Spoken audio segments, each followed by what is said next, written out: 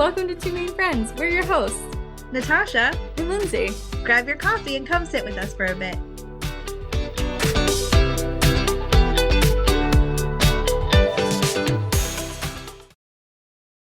Hello. Hello. Happy Monday. Happy Monday. It is a good day. It is a good day. The past few episodes that we've recorded, I've always had on a yellow shirt, and it makes me laugh. Like, this is my recording shirt. You have a recording. It's just like your character, apparently. You just wear that outfit. Oh, too funny. We just got back from the beach, so I changed after we got home, and I'm just in a really comfy shirt that feels lived in, you know, like that really good material that's like soft, and you just want to wear it every day. And it's not too heavy, but it's not itchy or gross. It's just the perfect amount of comfortable. Comfortable. Yeah, you know. Well, I'm excited. We're on week 3 of our series of the 30s. The decades. The decades. Yes, not a series of our 30s. The series of the decades. I knew what you meant. But we're talking about our 30s. We are. That's true. It reminds me of the episode of Friends where they all turn 30. And I can't remember. It's been a while since I've watched it, but I can't remember if it was an episode where they all turn 30 and it's just like a compilation of like all their birthdays, or if they each have their own episode.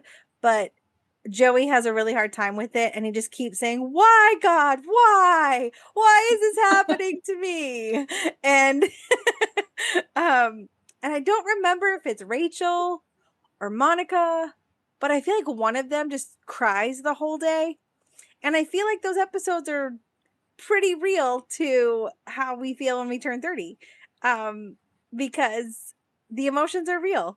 And I turned 30 during the pandemic, so I don't remember what I did on my birthday.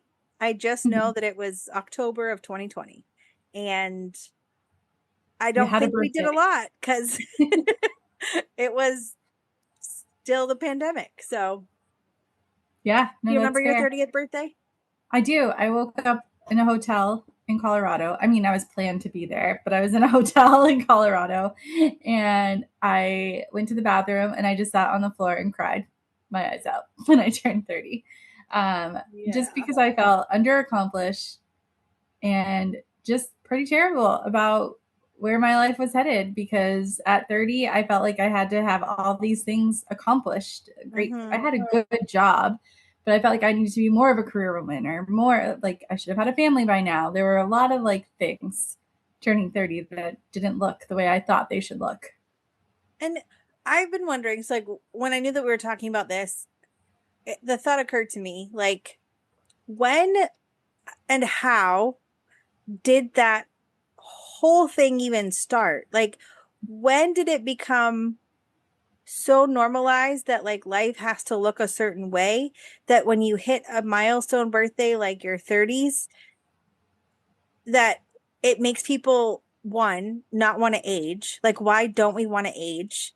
And two, panic that like we haven't hit enough accomplishments to feel like we're in a good place. Like do you know what I'm saying? Like, how did that happen? Yeah, no, that's definitely fair. I attribute to, and I know some people may not like this answer, but I feel like I grew up in a very unhealthy, in my younger Christian years, viewpoint of being a single person. We were always pushed to be in relationship, and to be in the pursuit of marriage, to the point we were told like, oh, there's this Christian singles club an hour and a half away near Boston. You should go to that and find someone. To the 3 single women that were in the room, because everybody else was dating or engaged. And I just remember like thinking, what if I don't want to do that in my 20s, you know? And I was like 24 when that was like pushed on us. And it definitely kind of felt like, oh, you're not pursuing that yet, or you're not married yet. You should be. And that like your purpose as a person on this planet is to go forth and multiply. And it just, I don't know, I think that that is kind of, at least in the Christian community, is taught. And single people aren't really like cultivated to not have that perspective of I have to get married and have children. And even beyond just like the marriage piece of it, like you were alluding to the fact that like you weren't an accomplished businesswoman by 30 or had Yeah. enough, like, and I also wonder because like now that I'm in my mid 30s, I'm Mm-hmm. having some of the same, like, did I accomplish enough? Like, Mm-hmm. and like, I don't necessarily feel afraid to age, but it's uncomfortable. And Mm-hmm. I wonder, like, why is it more uncomfortable and uneasy than it is like a graceful thing that we just Mm-hmm. kind of ease into and like, okay, this is the next decade. Like, but Yeah. there's so much pressure around what we've accomplished, who we are, where we're going, what's coming Mm-hmm. next, that like I feel like it takes away from what's happening. Yeah. I think that it's also like generational for me. Like I watched, my dad was super successful by the time he was my age. He was a supervisor of a parks department for the city and for the cemeteries and running and managing those.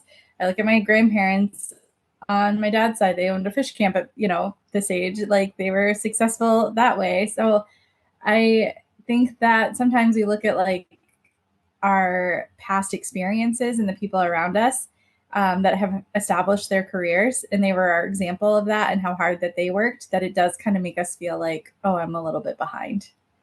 Yeah. I guess I can understand that.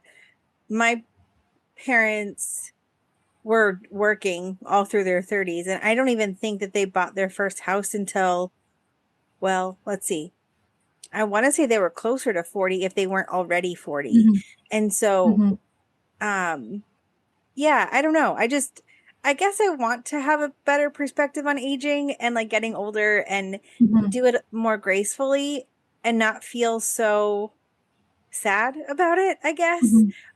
But that's not to say it's still not a struggle Yeah. because I'm 35 and I've been feeling the feels this year. And um yeah, there's just a lot that I think there's a lot of layers. I don't think it's very nuanced and it's not straightforward. So I think it's Yeah. different for everyone Mm-hmm. based on like where you are in life, but it is a lot to process. Yeah. No, it is. I think too. We talk a lot about social media. I think that that really plays a part in it too, right? Like we see things on TV or on TikTok or Facebook or Instagram of our peers and where they're at, and it's so easy to compare ourselves to the person that we went to high school with or the person we went to college with, and to see where their life is now. But also, like social media is just fabricated good. We're always going to post the good parts of our life and not the things that we're struggling with. And I was having a conversation this past week with a family member, and they're like, that's great. Like you see all these great things happening in their life, but you don't know how much debt they have to get there and where they're at. And like, you're doing really well financially. To me, I'm not. But when I look at it, like, I'm not in a ton of financial debt. I am doing pretty okay for myself. And I still get to Right. go and enjoy these vacations that aren't going to put me in debt. Um, so, like I guess it's half dozen meets another. I don't know. Like Right. you can Yeah. always jump on the comparison train at any age that you're at. Like we talked about in our 20s, don't take it so seriously. And part of that is the comparison train, right? Like Hmm. you just feel like you have to have it all figured out because everybody around you is figuring it out. But they probably have the same insecurities that you do at the age of 20, 25. And I think in our 30s, somewhere along the way, anyone I've talked to kind of feels like I should be thriving. I should be at the peak of my career. I should be, raising my kids and have X amount say in my savings. But the Right. reality is, for me, I have to look at the economy that my parents grew up in is not the economy that I am living in, right? So it's two Nope. different things. Not Um, even close. right. And my parents were well close to their 40s too before they owned their house. They may even been in their 40s by the time that they bought their first house. So like we can look at all those things and realize like we're maybe not as far behind as we think that we are, but it's just the perspective that we have of the Right. things around us. And so I remember going into my 30s thinking, when I'm 30, people will take me seriously because I'll be a real adult. The problem Yep. is, I look young, younger than I am, and I hear that all the time. And still today at 40, I don't feel like people take me seriously, or like Yeah. when do people actually start taking you seriously for life or whatnot? So I don't know when that, if it ever gets better. And I agree with you, like aging gracefully would be nice, like being able to say like I'm okay with the season that I'm in. So Yeah.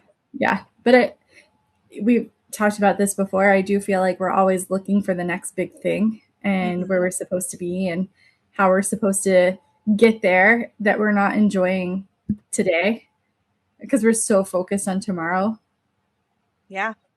It's a big trap. I mean, we can lose a lot of, and I think that that's like part of the reason why I feel the way that I do in my 30s, because Mhm. I spent a lot of my 20s either wishing things were how they used to be or looking ahead to where I wanted to go. That in the middle, I wasn't content with where I was.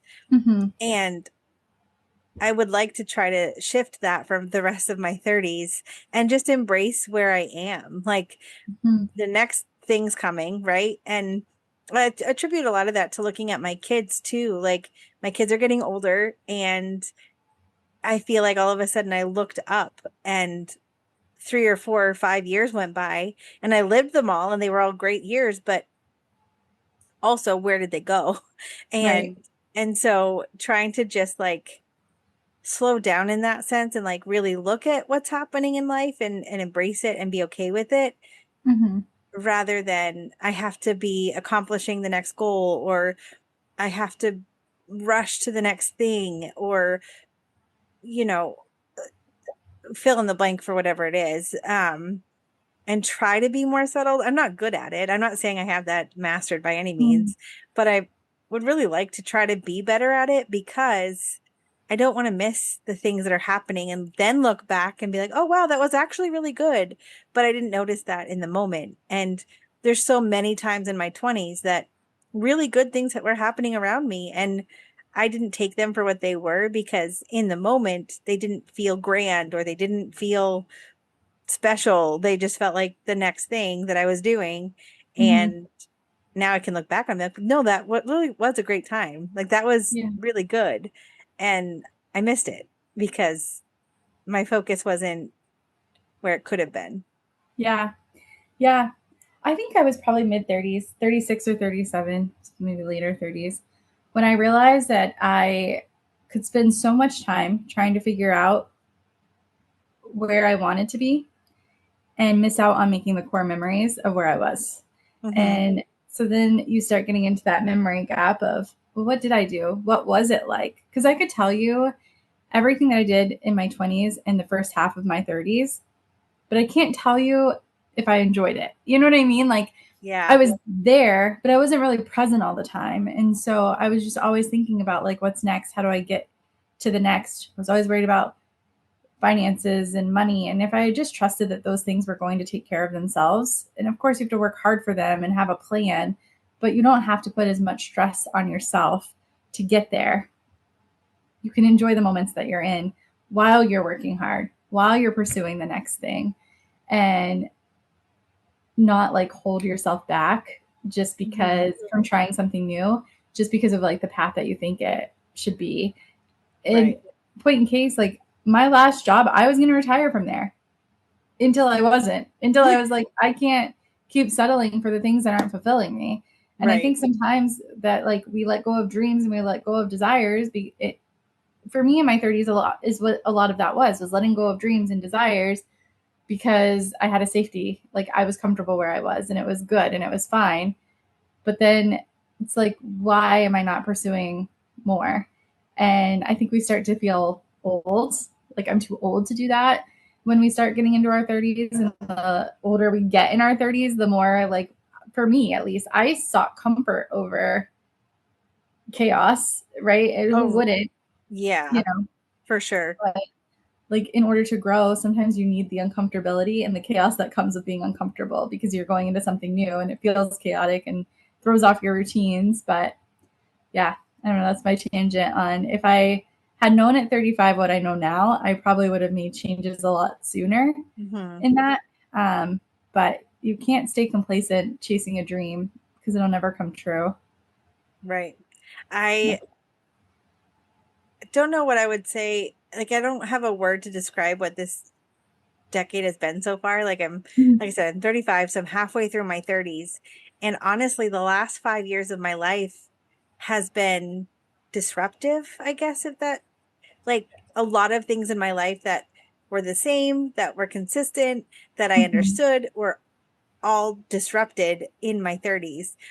And so trying to like regain a sense of, okay, where am I? Where are we headed? What's going on? Right. Um, has been really disorienting. And I feel like it's taken a long time for me to get a handle on it. Mhm. And, and so I guess in that sense, like my 30s have not been at all what I envisioned. Mhm. I don't know what if I had expectations for my 30s, but because my life felt kind of settled, like we had bought a house right before I turned 30. We um had some like good rhythms in place. My like we were working on family stuff, and to have that all disrupted and like sell our house and move to a new city and move to a new house and get settled there, and then we just moved again, right? Like, so there's been all of this disruption. um it's all for the best. Like it's good for our family. It's been a really Mhm. good transition for us. But I think that even in the midst of growth and transition, it can still feel very uncomfortable. And even if it is a good thing, like I don't think that that's said enough. Like good transitions can still be really hard, Mhm. and growth that comes from it can still be really uncomfortable. And just because it's a good thing doesn't mean that it feels easy or comfortable at all. Yeah, no, that's so true. I think that that's why we sometimes don't make big changes or big leaps because the safety of comfortability is way easier than the uncomfortableness that change can bring on. Yeah, it's true. I mean, our generation, like we're millennials, right? And so we went from one extreme to the other just in like how we dress. We went from all of the things that were super tight and now if you talk to almost any millennial, like we want as comfortable as possible. Don't Mm-hmm. make me put on shoes that I can't wear for more than 30 minutes. Mm-hmm. And it's just because like we went through that. Like we wore the things that were not comfortable for the sake of looking good. Mm-hmm. And that's a silly example, but like it's true, right? No, Like it's true. Yeah. you could hand me that pleather jacket and I'll be like, no, thank you. Yeah. No, and I think too that we are a generation that like saw a lot. We've gone through a lot of like big world moments. And I think that we're also the generation that's not afraid to question things. But I think that we don't often seek those things in our own life either. Like, we're not afraid to question big issue related items, right? Like Sure. politics, those things. I think millennials are the first generation to question those things and want to seek change for the good. But I also think at the end of the day, we have this like fear of change for our own personal because that means we have to step out of our comfort zones and like do something new and try something new. And it's almost like we get fatigued because we've just seen so many changes through our lifetime of things. And so like if I can keep it comfortable for me at home, then I can deal with like other issues outside of the house or outside of me. I can be an advocate for other things, but when do you advocate for yourself? It's a very valid point. And I think that's why our generation is so drawn towards the nostalgic things, because that was Mm-hmm. such a simple time in life. Like, and at Mm-hmm. the time, like when you're a kid, you don't realize it, but like those things bring us comfort because that was before it felt like the world was changing at a pace that we can't keep up with. And it didn't require us to make decisions, and it didn't require us to have the answer or know what's next. We could just exist and Mm-hmm. be and watch Saturday morning cartoons and play with our friends outside until the sun went down. And And so like when I see a lot of things trending that are like from that era, it makes sense because there's nothing consistent about our life right now. Like Right. everything changes at a pace that's so fast, and Mm-hmm. there's another crisis happening. There's another national news break that says, "Oh, hey, by the way, this is falling apart too." And we're just tired. Like we're Yeah. tired. We can't keep up with it. And Yeah. so now we're like, just give me something that makes me remember a time when it Mhm. wasn't like this.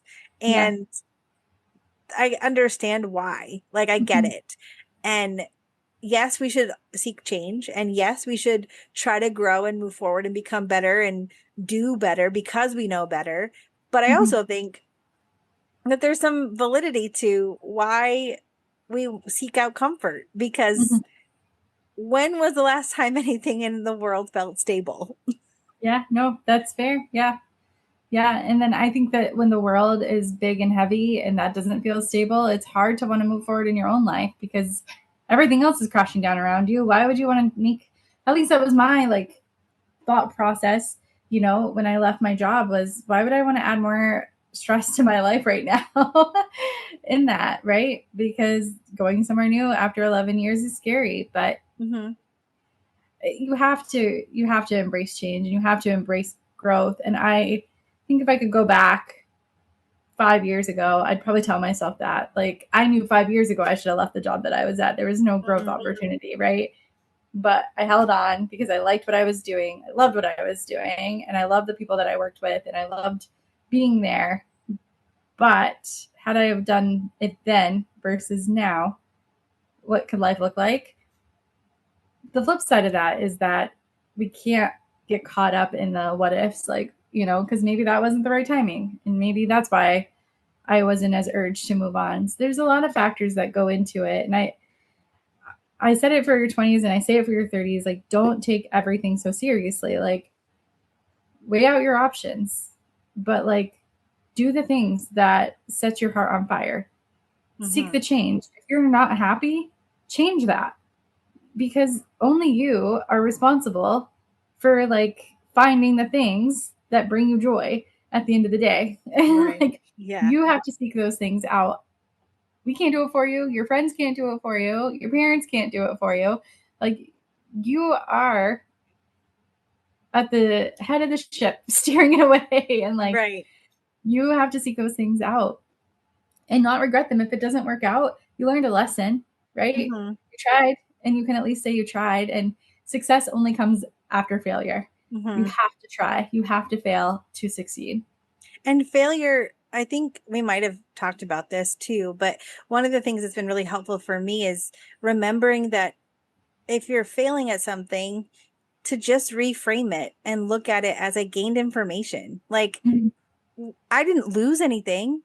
I Mm-hmm. didn't fall apart. Like maybe it hurt, sure. Maybe Mm-hmm. I feel silly because it didn't turn out the way I wanted it to. But now I have information that doesn't work for me Yeah. and I can try something different. And Mm-hmm. I think how we frame it makes so much more like it helps the situation because Yeah. then it doesn't feel scary and big that like, oh Mm-hmm. no, I failed at this. Okay, I just learned that I can't do that job. Yeah. Okay, Yep. so I'm going to try something different. Yeah. And so you try something different until you find the thing that, you know, excites passion in your heart. And Mm-hmm. then you pursue that. Yeah, no, absolutely. You just reminded me of another feeling that I had to conquer in my 30s was mistake versus failure and not associating the two together. Yep. You can make mistakes and not fail, Yeah. right?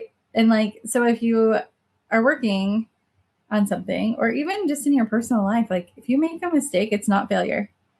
It doesn't mean that you've gone back 10 years Right. or, and I don't know that we say that enough to people or believe that enough for ourselves that a Mm-hmm. mistake isn't a failure. To me, failing is not trying again, to be honest. Like you Mm. you hit the rock, you hit the bottom, but you didn't get back up. Yep. If you got back up, like you tried, and like you were saying, now you have information, and either you try again or you reroute yourself to something different.